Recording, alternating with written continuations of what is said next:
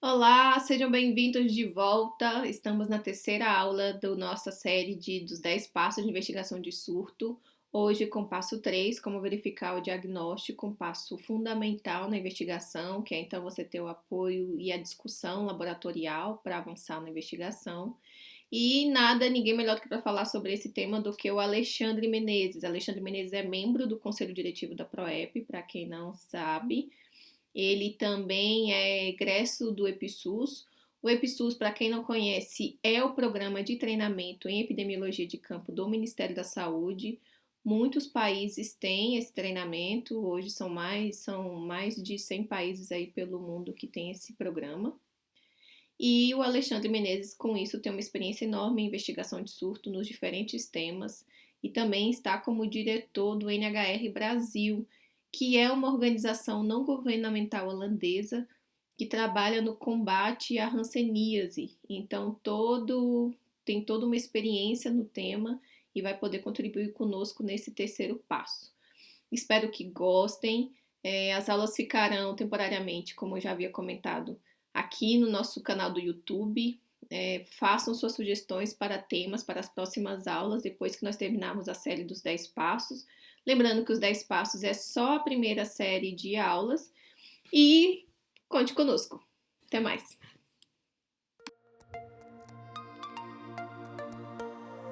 Olá a todas, todos. Eu sou Alexandre Menezes, sou biólogo, epidemiologista. Atualmente estou como diretor de uma ONG holandesa, NHR Brasil, trabalhando com hanseníase e outras doenças negligenciadas. Estou muito feliz em estar aqui hoje, dando seguimento às aulas aí de passos na investigação do surto. Hoje a gente vai falar do passo 3, confirmando o diagnóstico.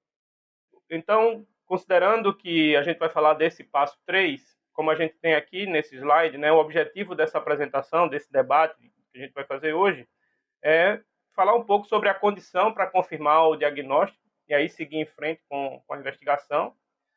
Mostrar um pouco dessas etapas, né? O que é que a gente precisa fazer, quais são as etapas necessárias e fundamentais para que a gente faça aí a confirmação do diagnóstico. E, claro, também trazer algumas experiências vivenciadas aí em investigações de surto, para que a gente possa refletir sobre algumas limitações para esse passo, né, para a confirmação do diagnóstico. Bom, já tivemos aí os dois passos anteriores, né, excelente aula da Érica Rosseto, já então acredito que estamos no campo, com todas as condições, bem preparados e tudo que a gente precisa. Em seguida, uma boa aula também da Daniele, que trouxe para a gente, né, a etapa de que o evento fugiu realmente do normal, é um surto, então a gente confirma a existência de um surto, e aí a gente passa agora para essa fase da confirmação do diagnóstico. Então, como a gente vê aqui nesse slide, há algumas possibilidades que a gente vai encontrar quando a gente chegar em campo, né? Então, não é sempre habitual que a gente tenha aí uma confirmação dos casos já bem definido, ou muitas vezes, que é mais comum, a gente tem muitos casos ainda sem confirmação, ou mesmo surtos que não são ainda definidos. A gente tem síndromes clínicas, né? Um surto de doença febril exantemática, um surto de doença diarreica, ainda sem confirmar o diagnóstico. Então, a gente pode ter essa condição da confirmação do diagnóstico em todos ou na maioria dos casos. Isso é uma condição que você vai encontrar, a gente considera ótima, não é muito comum. A gente pode encontrar também, nesse momento, os diagnósticos feitos em poucos casos, ou a gente pode ter o diagnóstico aí que, eventualmente, parece que não será possível realizar, por ausência de amostra, uma série de outras questões. Bom, o que é importante a gente ter em mente? Um investigador de campo, ele precisa partir para as etapas necessárias para confirmar o diagnóstico. Por mais que a gente tenha clareza de que essas informações já estão ali, é importante que a gente deixe-as completamente esclarecidas. Muitas vezes, esses diagnósticos que estão inicialmente podem não necessariamente ser o diagnóstico da maioria dos casos ou da situação que está gerando surto, né? A doença ou agravo que está gerando surto. Bom, então a gente tem aí algumas etapas que são importantes para esse processo de confirmar o diagnóstico, né? Falar com os profissionais de saúde. Todo investigador de campo, ele precisa ter esse espaço para o diálogo, conversar, é fundamental para que a gente comece a raciocinar, fazer uma reflexão sobre como seguir com a investigação. Então, converse com quem atendeu, com quem acompanhou os casos, é fundamental. Certamente, essa conversa ela precisa ser registrada, precisa ser anotada. Então, muitas vezes, e isso é fundamental, é importante que a conversa se dê com os dois investigadores que estão acompanhando o surto, porque alguém vai desenrolar a conversa com um profissional de saúde e outra pessoa vai ficar mais no registro, na anotação da conversa ou de elementos importantes da conversa. Então, isso é muito importante. Isso deve ser considerado como uma primeira etapa e uma etapa fundamental para que a gente construa aí o raciocínio epidemiológico. Falar com os especialistas locais. Isso é muito comum e necessário quando a gente tem, por exemplo, confirmações diagnósticas de determinadas doenças ou determinados agravos. E é importante que os especialistas, que você escute os especialistas, para que eles deem a opinião deles sobre aquilo e aquilo ali, aquela opinião, se seja útil para que você possa refletir no seu raciocínio. Procurar especialistas da sua rede de contato também é fundamental. Então, a gente, claro, não por uma questão de comparar informações, mas que a gente também pode ter alguém dentro daquela rede de contato, alguma referência que já está linkada com a investigação, que é também uma figura muito importante para dar para a gente informações interessantes e importantes para que a gente tenha aí mais clareza dessa definição, né, do diagnóstico. Registrar tudo, né? Como eu disse no começo, é fundamental que essas conversas, esses diálogos, eles sejam registrados. É importante que a gente sistematize convergências. Então, se a gente conversou com um especialista local e um especialista da rede de contato, e a gente começar a olhar para essas convergências, né, de informações, de opiniões, isso é muito importante. Isso reforça muito no momento que a gente vai realmente estar aí necessitando confirmar o diagnóstico. Bom, uma outra etapa que é muito importante é estudar os casos. Isso é fundamental para toda investigação de campo. É preciso que você, a partir do momento que já existe, né, a gente está considerando aí o diagnóstico que já está dado lá naquele momento que a gente chega, mas também os dados que a gente tem sobre aqueles casos. Então, a lista de casos, os prontuários, é fundamental que a gente se debruce sobre isso, analise esses prontuários, estude essas informações clínicas e epidemiológicas. Isso vai ajudar muito a raciocinar e a chegar na confirmação do diagnóstico. Então, debater esses casos com todos os envolvidos é uma etapa que eu julgo como fundamental e muito interessante. É muito importante nesse momento a gente não esquecer de pessoas que são chaves dentro do processo, né? Então, é fundamental que a gente envolva dentro dessa roda de conversa pessoas que estão ligadas no surto, com a investigação do surto, em diferentes aspectos. Se um surto tem, por exemplo, algum aspecto de relação ambiental, é fundamental que essas pessoas estejam envolvidas. As pessoas da área da clínica, as pessoas da área de uma vigilância sanitária, por exemplo, se esse surto tiver uma relação com alimentos ou outro produto que tem uma fiscalização sanitária, é importante que estejam envolvidas. Equipes da atenção básica, enfim, todas as pessoas que estiverem envolvidas no surto, que sejam importantes para participar desse raciocínio, da discussão desses casos, é fundamental. Isso vai ajudar muito na reflexão sobre o diagnóstico. Prontuário é uma etapa difícil, mas é muito importante. Não é nada legal você estar lá cheio de prontuário, revisando, mas nesse momento requer muita atenção. Então, quando você tem um surto de grande dimensão, que tem, por exemplo, necessidade de busca de prontuário em diferentes unidades de saúde, é muito importante que você prepare uma equipe. Obviamente, você não vai conseguir fazer isso só. Então, se tem 2 investigadores, por exemplo, apoiando aquele surto, aquela investigação do surto, é importante chamar a equipe local, fazer uma discussão com pessoas que tenham habilidade para fazer busca em prontuário. Se não tiver essa condição, dar um rápido treinamento para padronizar o que é que vai ser buscado nesse prontuário. Se tem mais de uma pessoa fazendo busca de prontuários, é fundamental que haja uma padronização do que coletar, do que é relevante. Porque prontuário vai ter muita coisa escrita. Então, se a gente não tiver essa padronização, vai ser muito difícil depois e vai tomar muito tempo análise do que foi coletado a partir dessas informações.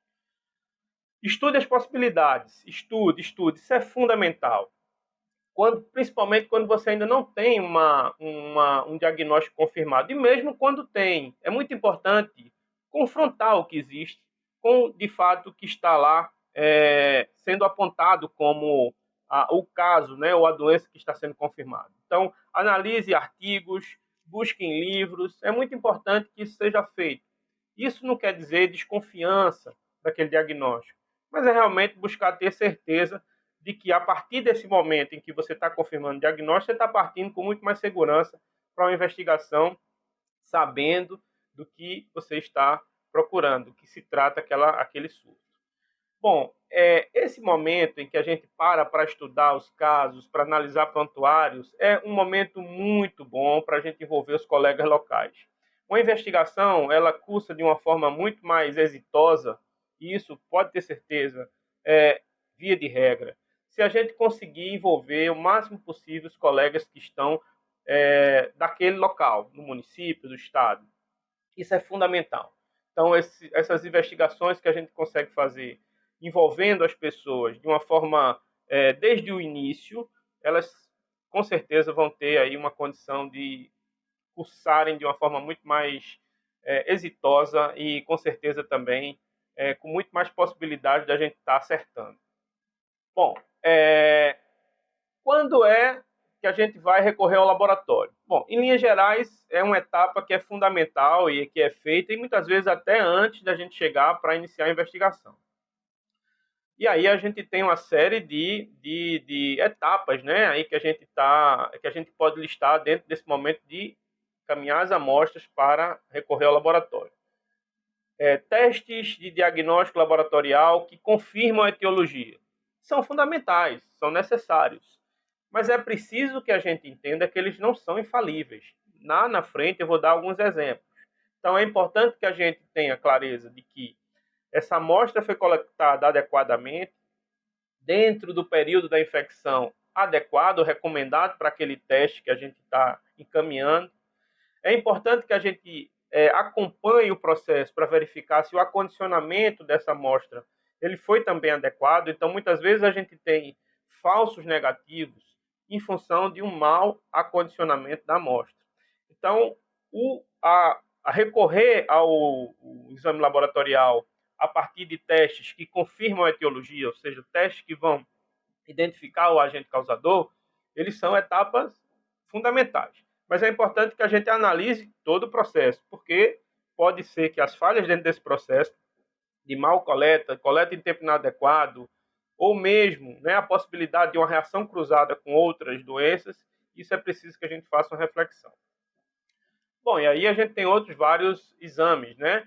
O exame de imagem, por exemplo, que são fundamentais para que a gente possa ter aí uma comparação, são exames complementares, assim como também hemogramas, contagem de plaquetas, enfim, sumário de urina, exame de fezes. Então, a gente tem uma série de exames complementares. Muitos desses, imagens e esses outros exames complementares, a gente até pode ter junto lá do prontuário. Então, já vai ser uma etapa que a gente já viu anteriormente. Tá? Fundamental, que eu queria deixar um recado muito importante é sempre envolva os colegas do laboratório, desde o início. Tá? Então, não é raro a gente necessitar, por exemplo, que as amostras sigam para um laboratório de referência. Nesse momento, se a gente não tiver envolvido desde o começo as pessoas do LACEN, do laboratório municipal, a gente vai ter dificuldade com isso. Tá? Então é importante que as pessoas estejam participando da investigação. Claro, as pessoas não vão ter tempo para ficar acompanhando a investigação em todas as suas etapas, mas é importante fazer reuniões periódicas, discutir quantidade de amostras que o laboratório tem capacidade de fazer, discutir coleta, ser orientado por essas pessoas sobre a forma de acondicionar e a forma de coletar. Isso é fundamental para que a gente consiga, então, seguir com essa etapa de uma forma adequada. Bom, nesse slide agora, a gente observa uma foto, né, que a gente está aí colocando, uma investigadora de campo, dentro de um espaço que é um espaço confortável para a pessoa que está sendo... que a gente está dialogando, né, que a gente está conversando e obtendo informações. Então, isso aí é fundamental. O investigador de campo, ele precisa desenvolver essa habilidade de dialogar, de olhar ao seu redor. Precisa estar atento, é preciso ser observador. Então, algumas coisas são importantes para que a gente tenha aí clareza de que vamos precisar estar atentos a rumores, por exemplo, que são lançados. Claro, com cautela, né? A gente precisa analisar rumor, obviamente, com cautela e aí validando, né? Verificando se esses rumores eles não se tratam de notícias falsas. Mas é muito importante que a gente também fique atento aos rumores. Fale com as pessoas. Isso é fundamental. As pessoas na rua, as pessoas que estão acompanhando isso, esse surto, de uma forma indireta muitas vezes, mas estão ali no bairro, estão na localidade, querem conversar com você, então deem atenção. É muito importante que a gente tenha esse tempo para ouvir as pessoas. Não só aquelas pessoas que que foram afetadas pelo surto, mas também outras pessoas que estão no entorno, que muitas vezes tem coisas importantes para dizer, e é importante que a gente tenha esse tempinho aí para escutar, para fazer uma boa escuta. Ficar atento às notícias locais, se possível, recolher o que foi publicado, isso vai ajudar muito, por exemplo, no registro do relatório, né, do surto no final. Então é muito importante a gente ter dentro da equipe divisão de tarefas, de forma que a gente tenha todo mundo atento a essas etapas, né? Se o investigador principal, aquela pessoa que está conduzindo o surto, claro, não vai ter tempo para ficar fazendo tudo isso, é importante que toda a equipe esteja preparada e antenada para essa etapa, a etapa de análise de rumores, de conversa com as pessoas, de recolher informações de noticiários. Isso tudo vai ser muito útil, não só para a confirmação do diagnóstico, mas também para um registro posterior da investigação. Bom, alguns desafios eles são evidentes, alguns desafios a gente vai ter no momento, a gente só vai saber no momento, então é preciso a gente estar atento para como é que a gente vai superar esses desafios. Então, por exemplo, é frequente acontecer positividade para um determinado patógeno em uma só amostra. E aí, já ter sido noticiado naquele local onde você está investigando que o surto está relacionado àquela determinada doença ou aquele determinado patógeno. Esse é um desafio importante, porque muitas vezes você, ao desenrolar da investigação e nesse momento da confirmação do diagnóstico, você vai perceber que aquela confirmação daquele patógeno para aquela amostra específica não tem relação com o surto como um todo. Então, isso é uma coisa que você vai precisar se debruçar sobre isso, conversar com as pessoas. Muitas vezes, quando essas informações já tomaram uma grande dimensão, isso pode se tornar um grande problema. Então, atenção a isso, isso pode acontecer e saber como lidar com isso. Uma dica para lidar com isso é dialogar antes de soltar qualquer informação diferente e divergente do que está sendo publicado. Então, é importante que os gestores, nesse momento, estejam presentes, técnicos estejam presentes, e o disparar dessa informação geralmente vai se dar pela pessoa que está sendo determinada para fazer a interlocução com a mídia, com a comunicação social. Então, é muito importante que a gente tenha muito cuidado nessa etapa. Surtos em lugares mais longe, né, locais remotos, geram aí a dificuldade da gente remeter, de acondicionar amostras. Então, esses são desafios importantes. Considerando, né, que na etapa 1, a preparação para a investigação de campo, isso já foi visto, já foi mapeado, então esperado que os investigadores tenham aí uma estrutura ou recursos que vão apoiar para que a gente possa garantir, dentro dessa investigação, a qualidade das amostras que vão ser coletadas, a forma de acondicionar seja correta. Cuidar bem das amostras coletadas, isso é fundamental, né? Como eu já falei anteriormente, a gente precisa garantir que essa amostra tenha qualidade até que chegue no seu destino, no laboratório que vai fazer o diagnóstico finalmente. E um outro ponto que é muito comum nesse momento da confirmação do diagnóstico são os conflitos entre os especialistas. Não só especialistas locais, mas muitas vezes aqueles especialistas que estão dentro da nossa rede de contato. Esses conflitos eles vão acontecer naturalmente, sobretudo quando se trata de uma informação ainda pouco consolidada ou definida ou não confirmada laboratorialmente. Então, é muito importante que a gente entenda que fazer interveniência precipitada nesse momento não é bom, a gente pode gerar uma dificuldade de relação posterior. Então é importante que a gente tente mediar o diálogo sem interveniência ou sem colocar-se aí de um lado ou de outro para evitar que a gente tenha aí futuramente uma pessoa fora da investigação e uma pessoa que é importante dentro do processo. E as cobranças para confirmação do diagnóstico, né? Isso aí é invariável. Então, se ainda não temos o diagnóstico, há uma cobrança da gestão, há uma cobrança da população, há uma cobrança da mídia para que a gente consiga confirmar esse diagnóstico. Dica para isso é tranquilidade.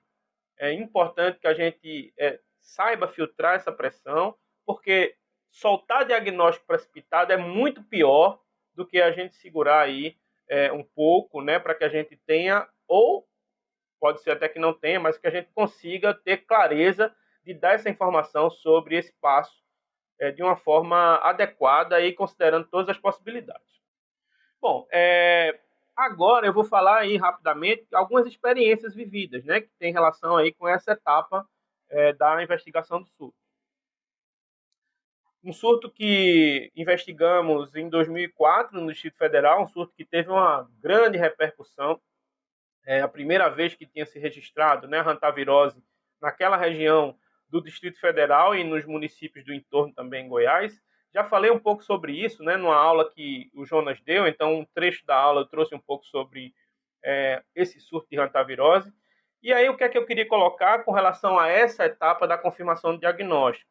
Nesse momento que a gente estava iniciando a investigação, então a gente foi lá para um hospital, 3 pacientes em óbito, né, 3 pessoas que tinham morrido, com uma síndrome clínica com alguns aspectos de semelhança. O hospital não tinha condição de fazer coleta de amostra, não foi feita coleta de amostra ainda durante a internação do paciente. E a gente tinha lá também, naquele momento, famílias pressionando para que os corpos fossem liberados, para que a gente pudesse definir o que era e liberar os corpos. Não se tinha definição, não se sabia que doença era.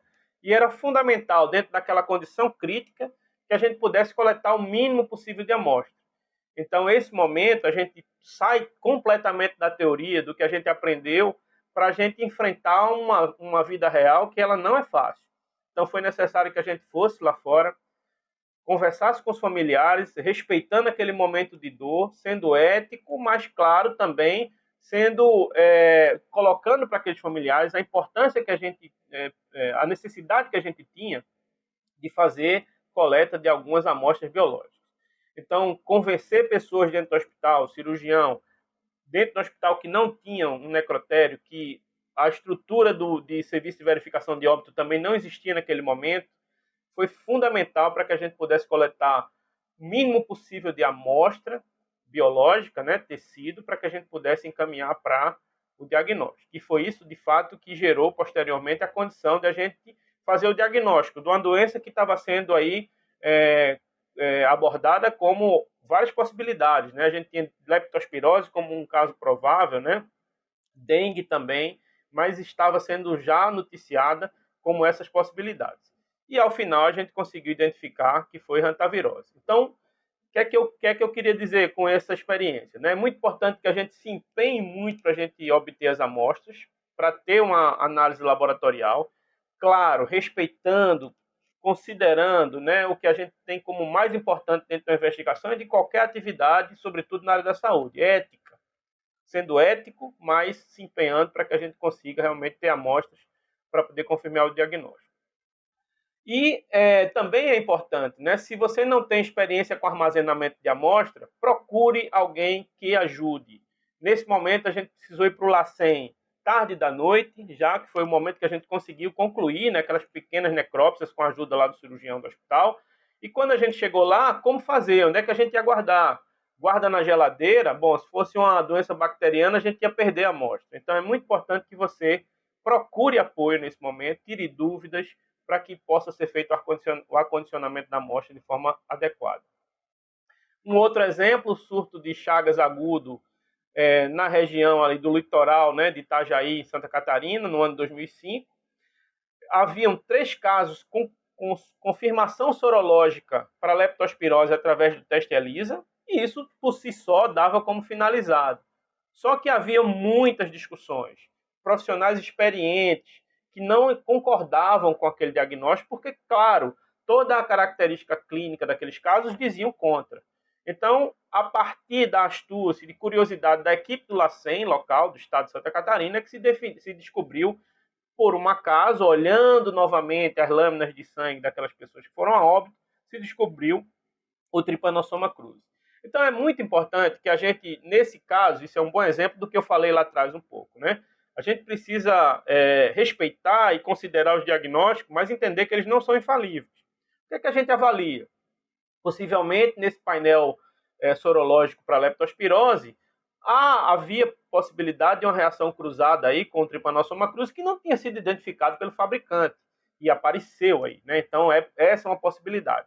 Mas fechar o diagnóstico quando tem várias pessoas experientes dizendo que pode ser outra doença, é importante você ficar atento a essas informações. Bom, um outro surto, inclusive aí investigamos já participando como monitor, né? Foram 3 óbitos que tinham sido notificados como hantavirose, isso aconteceu na cidade de Campos dos Goytacazes, no Rio de Janeiro.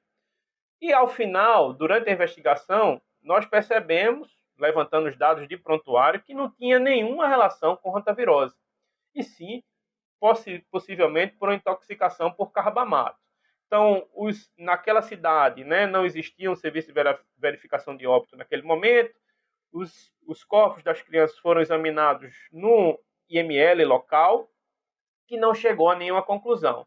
No final das contas, a partir de investigação de campo, é que a gente conseguiu perceber, e a partir também de relato dos clínicos e de uma das crianças, né? Foram 4 crianças afetadas, uma sobreviveu, felizmente. A partir do relato clínico de quem atendeu essa criança é que a gente conseguiu construir um raciocínio que levou aí ao final da investigação, né? Ou pelo menos assim a conclusão sobre a confirmação do diagnóstico que tinha sido intoxicação por chumbinho, né? Um produto utilizado na agricultura, proibido como inseticida, mas vendido clandestinamente. Inclusive, a gente conseguiu encontrar alguns pontos de venda clandestina desse produto. Bom, de forma geral, eu acho que a gente tem aí como dicas, né? Favorecer a integração das equipes. Eu acho que eu posso considerar aí na vivência que eu tive, né, de investigação de campo, que é o que mais contribui para uma investigação exitosa como um todo. Mas essa parte da confirmação do diagnóstico, essa integração da equipe, ela favorece demais. A gente vai ter aí a multidisciplinaridade como um elemento fundamental para que a gente consiga chegar a uma conclusão do que se trata aquela doença, ou mesmo confirmar um diagnóstico já existente, né? Envolver a equipe da atenção primária, esse exemplo do surto de Campos dos Goytacazes foi muito importante, porque informações que a equipe da atenção primária nos trouxeram mostraram exatamente essa possibilidade de ter sido uma intoxicação exógena, inclusive provocada, né, intencional. Revise os resultados do laboratório. Como a gente já mostrou, óbvio, precisamos respeitar, os testes têm muita qualidade, cada dia mais, quando a gente olha para um momento de alta tecnologia, né, que a gente está investindo na produção desses testes. Mas é importante que a gente revise, isso não é desconfiança, isso é cautela, e é um passo importante que a gente tem a dar. Dialogar com as pessoas nos laboratórios e com as pessoas envolvidas na investigação de forma geral. Mas por que com as pessoas no laboratório? Porque essas pessoas podem nos dar dicas sobre determinadas possibilidades que aquele teste tem, limitações, vantagens. Isso é muito útil para que a gente tenha aí mais clareza do que se trata e do que é que a gente está considerando para confirmar o diagnóstico. Sempre é importante, quando possível, obter amostras adicionais. Sempre, porque a gente vai ter aí, eventualmente, possibilidade de perdas. Então, quando possível, tente fazer isso. Bom, nunca é necessário confirmar todos os casos. Muitas vezes isso vai ser difícil, vai ser pouco provável, já passou aquele período de possibilidade de coleta de amostra, as pessoas são resistentes a fazer nova coleta de amostra. Então é muito comum você considerar critérios clínicos e epidemiológicos como elementos que agregam aquelas pessoas sem confirmação dentro daquele surto. E aí você tem uma confirmação que não vai depender necessariamente de um diagnóstico laboratorial. Bom, é isso. Eu espero ter ajudado um pouco, né, a mostrar a vivência prática aí para esse passo da investigação do surto, que é o passo de confirmação do diagnóstico. Estou à disposição e fico muito feliz em participar desse processo com a PROEP, que tem sido cada vez mais, se empenhando cada vez mais em aproximar a epidemiologia das pessoas. Forte abraço para todos. Obrigado.